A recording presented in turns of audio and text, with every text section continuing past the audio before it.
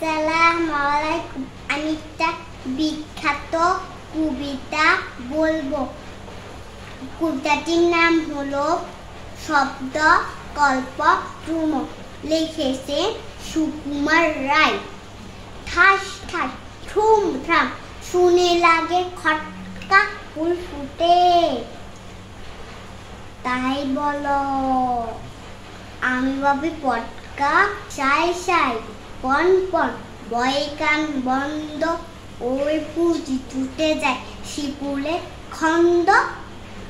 হুটে মুটে দুপে ডাব উকি শুনি বাইরে দেখছো না হিম পরে যেও না গো বাহিরে। চুপ চুপ ওই সু চুপ চাপ জপাস চাঁদ বুঝি ডুবে গেল গপ গপ গপাস। গ্যাস গ্যাস গ্যাস গ্যাস রাত কাটে ওই রে তুরে দাঁড় চুর মা খুম ভাঙে কই রে। গড়ে গড় বন বন গড়ে কত চিন্তা কত মন নাচুন দেই দেই দিনটা।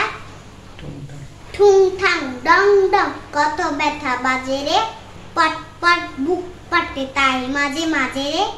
হই হই মান মার বাপ বাপ চিৎকার মাল করছে মারি বুঝি সরে পড় এবার। আমার কবিতাটি যদি ভালো লেগে থাকে অবশ্যই লাইক দিবেন, কমেন্ট দিবেন। আসসালামু আলাইকুম।